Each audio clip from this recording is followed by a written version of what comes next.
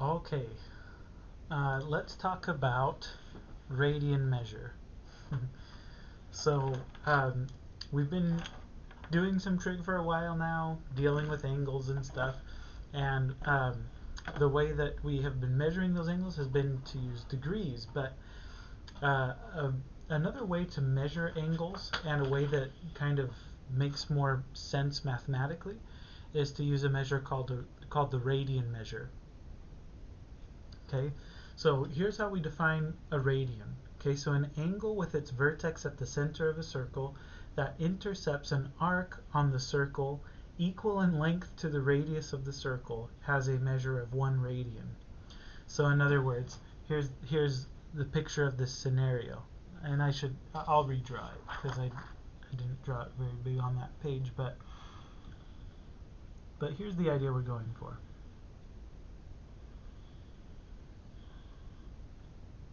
Just pretend that I can do a little better.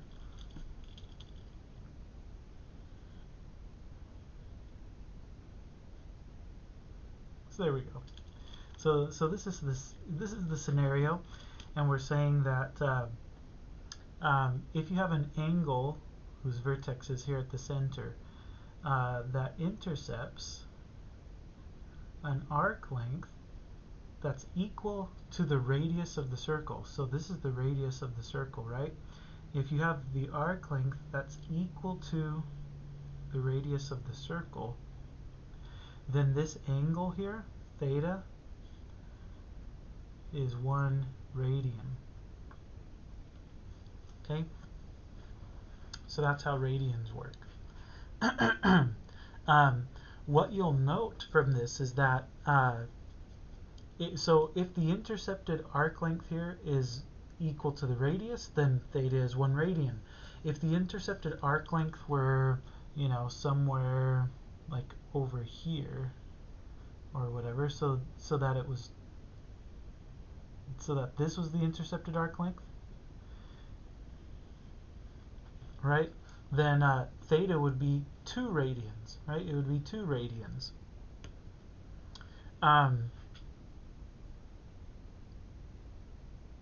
In general,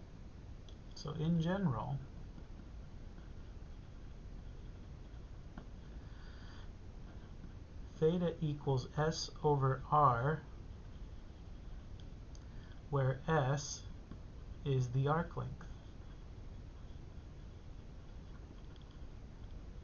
right? And r is the radius.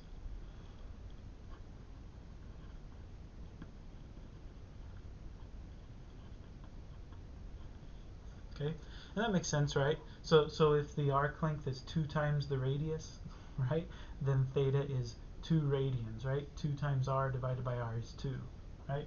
If theta was 3 times the radius, then the arc length would be 3r, so theta would be 3r divided by r, which is 3, right, and so forth. So generally speaking, theta is s divided by r, where s is the intercepted arc length and r is the radius. Okay. Now, one of the reasons that we like to use radians as a measure of this angle instead of degrees is that whereas degrees are a unit of measurement, right? A degree is something that sort of arbitrarily takes a circle and splits it into 360 parts. A radian is just a real number. So they're not a unit of measurement at all. Radians are just real numbers. And so consequently, whenever we give the radian measure of a particular angle, we don't write any symbol after it. We just write theta equals, 2. And then and then we know that we're talking about radians and not degrees, because if it was theta equals 2 degrees, we would have to write the little degree symbol, right? We don't have to do that with radians. In total, there are going to be 2 pi radians in one rotation.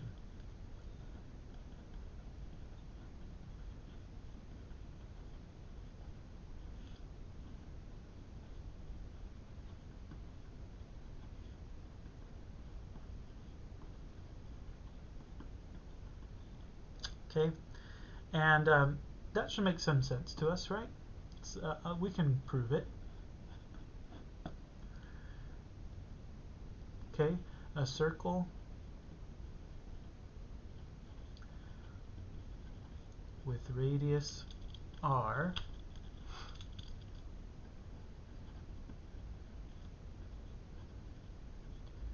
has circumference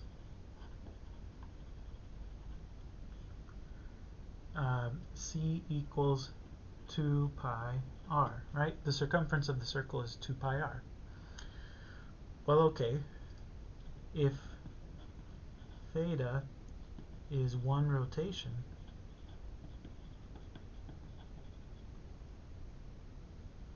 then the arc length is just the circumference, right? It's the circumference of the circle, 2 pi r.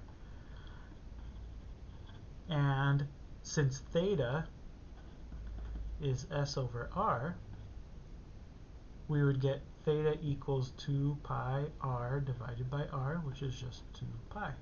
So there you go, right?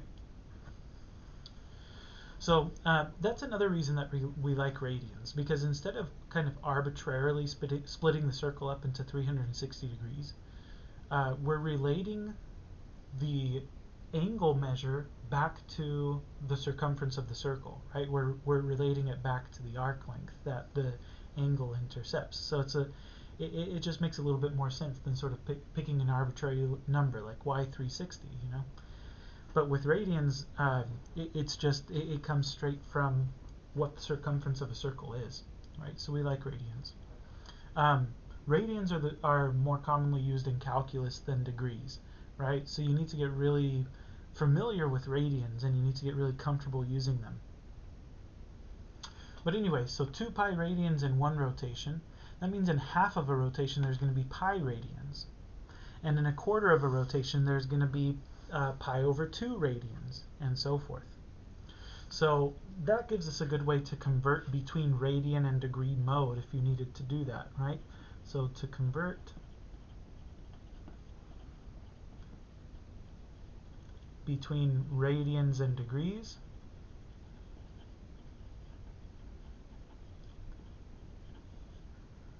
we're going to use the fact that pi radians equals 180 degrees, right?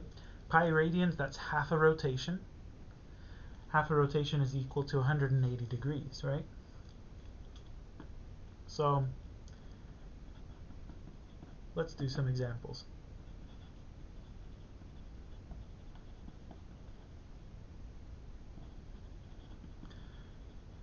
So let's convert some degree measures to radian measure. Let's do 135 degrees. I'll let you pause the video and give that a try on your own, see if you can work it out. Okay, now here's my solution. I want to get rid of degrees and keep radians. So I'm going to set it up like this so that the degrees will cancel and I'll keep radians. And then honestly, so you could sit here and like divide that out, and I mean, I know that you can reduce by at least 5, but I'm just going to use my calculator. 135 divided by 180 is 3/4. Okay, so this should be 3 pi over 4. And again, you don't need to write radians because it's automatically assumed that if you don't have a degree sign, that you're working with radians. Okay, so 135 degrees is equivalent to 3 pi over 4 radians. Let's do another one. So try out negative 60 degrees. See if you can do that one on your own. Okay, here's my solution. Same deal.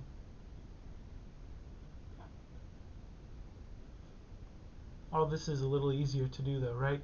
Because 60 goes into 183 times, so I think this ends up being negative pi over 3. Okay, here's one more. 314.7 degrees. Go ahead and give that one a try.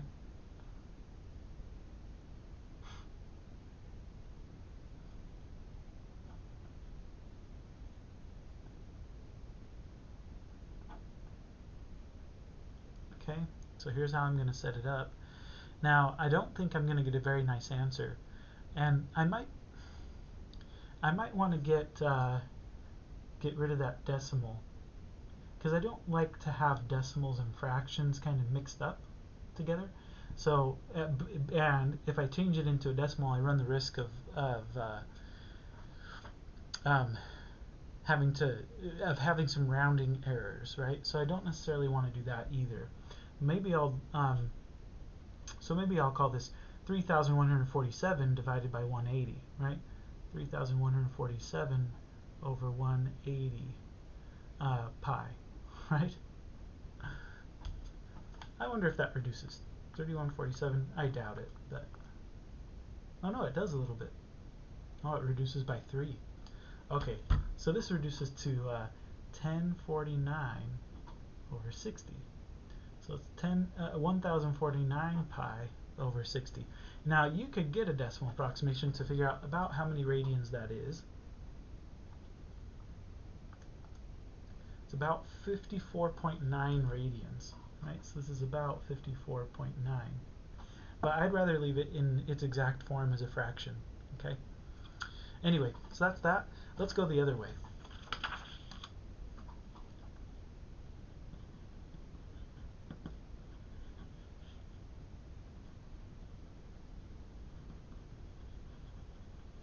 So let's convert to degrees.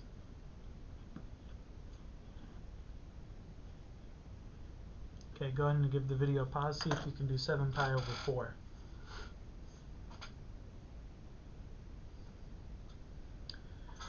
Okay, here I go. This time I want to get rid of radians, and I want to keep degrees.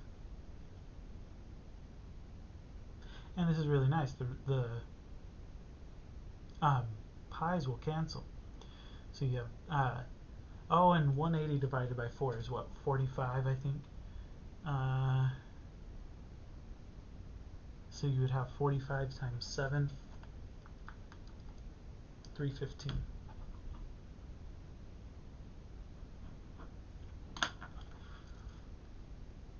Okay, here's another one.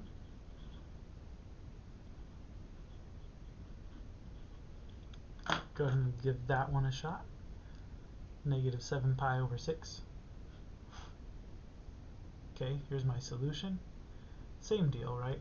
I don't know why I put an equal sign there on part A, but anyway, same deal. 180 degrees over pi. The pi's will cancel. All 6 goes into 180. 30 times, I guess. 30 times 7 would be 210. So I'm thinking negative 210 degrees there.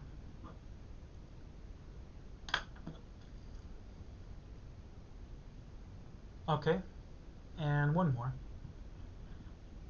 Let's do 2.35.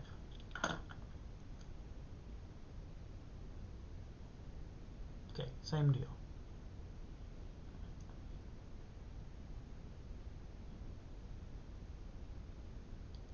So what are we going to get here? We're going to have 2.35 times 180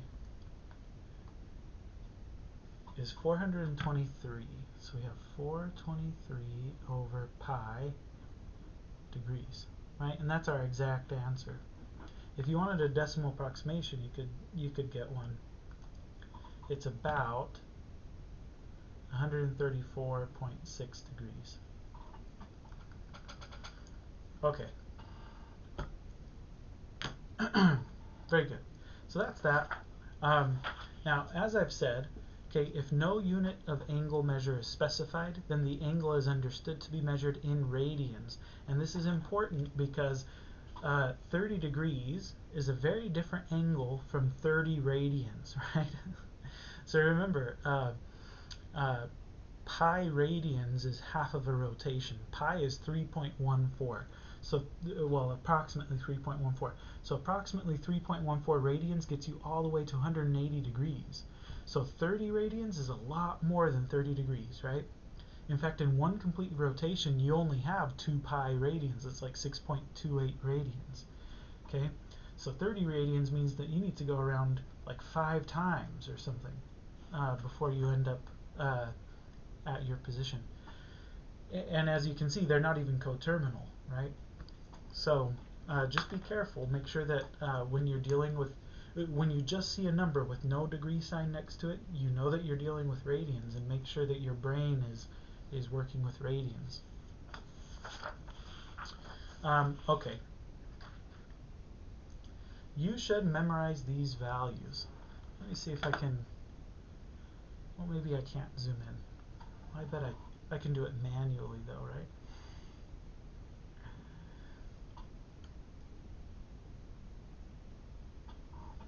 Okay. So you should memorize these values, right? So the special angles that we talked about in chapter 2 were 30 degrees, 45 degrees, 60 degrees. And of course we have their angles that have the same reference angles in quadrants 2, 3, and 4, right? Like 120, 135, 150, etc. Right? So all of those things you already have memorized, or at least you should. So you should have all of those degrees kind of memorized. In addition to that, you should have the coterminal ones, 0 degrees, 90 degrees, 180, 270. You should have those memorized. But what I want you to do now is I also want you to memorize their equivalent measures in radian mode, right? So 30 degrees is equivalent to pi over 6, 45 degrees is equivalent to pi over 4, and 60 degrees is equivalent to pi over 3. 0 degrees is equivalent to 0 radians, 90 degrees is equivalent to pi over 2 radians. So you should take some time and memorize those things, okay? If you don't have them memorized already. But it should be pretty automatic that, like, when you see pi over 3, that should go hand in hand with 60 degrees in your mind, right?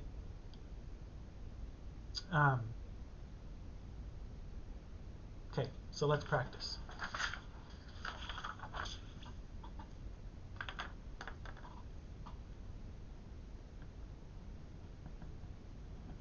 I've got to fix this, huh?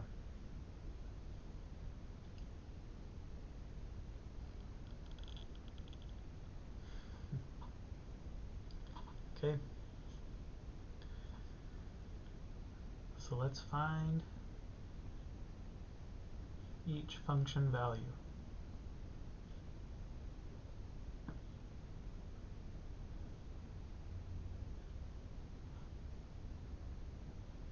So tangent of 3 pi over 4. Okay. If you need to rely on this chart for now to help you, that's fine. Okay. 3 pi over 4 is right here. That's equivalent to 135 degrees. Okay. The reference angle for that would be 45 degrees, or in other words, pi over 4 radians, right? So tangent of 3 pi over 4, but now tangent is negative in quadrant 2, so this is really equivalent to negative tangent of pi over 4, or if you like, you can call it negative tangent of 45 degrees, right?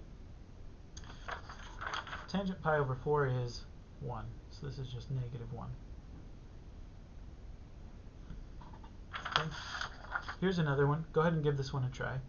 See if you can figure out sine of 2 pi over 3.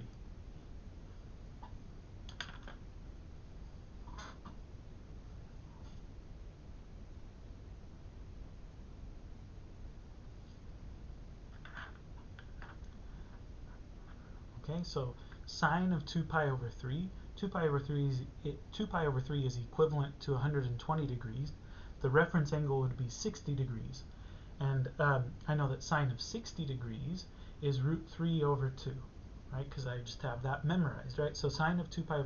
Now, sine is 2 pi over 3 is in quadrant 2, and sine is positive there. So this is equal to sine of pi over 3, or in other words, if you prefer, you can call it sine of 60 degrees. But that would be root 3 over 2. Okay, one more. And then this is the last example for this section. But see if you can do cosine of negative 3 pi over 2.